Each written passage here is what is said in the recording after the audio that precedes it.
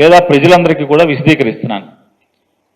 ఈరోజు జగన్మోహన్ రెడ్డి గారే కనుక ఉండుంటే, what hell is going on here? What do you think of this? Is it railway compartment or fish market? Common sense ఉన్నకలా ఇదారా తాడి పెరిగిన బుద్ధి దానికి. ఒరే నీ హైట్ కి నువ్వు మాట్లాడే మాటలకి ఏమైనా సంబంధం ఉందా? హైట్ కి దీనికి సంబంధం ఉంటాయి.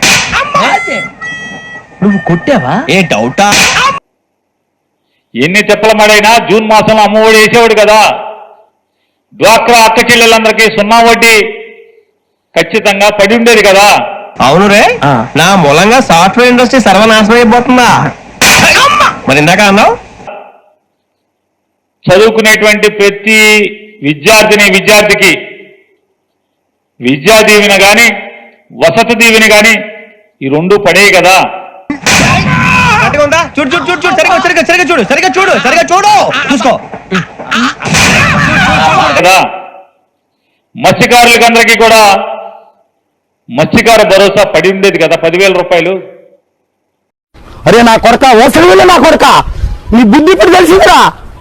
అరే బతుకుండా గొయ్యి కట్టి గొయ్యి తీసే పాతే నా కొడుకు.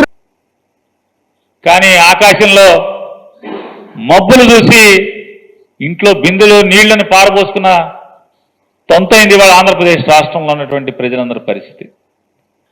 ఇలా ముగ్గురు కలిసి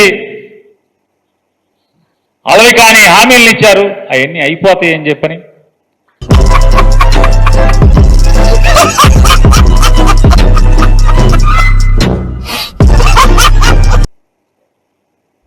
పవన్ కళ్యాణ్ ఇప్పిస్తాడని కొంతమంది, చంద్రబాబుకి ఇచ్చే బుద్ధి లేదు కానీ అబద్ధాలు ఆడతాడు కానీ మోసం చేస్తాడు కానీ పవన్ కళ్యాణ్ ఇప్పిస్తాడని వాళ్ళ పార్టీ వాళ్ళు. భారతీయ జనతా పార్టీ వాళ్ళు ఏమో మామూలుగా అయితే ఇక్కడ ఏమీ లేవు కానీ ఢిల్లీ నుంచి డబ్బులు తెస్తాం మేమని చెప్పని భారతీయ జనతా పార్టీ వాళ్ళు.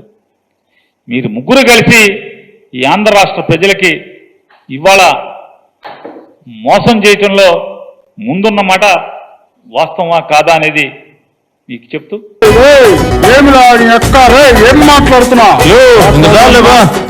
ఆయన పవన్ కళ్యాణ్ గారేమో ఆ శాఖలో కింద మీద ఆయన కొట్టుకుంటున్నాడు.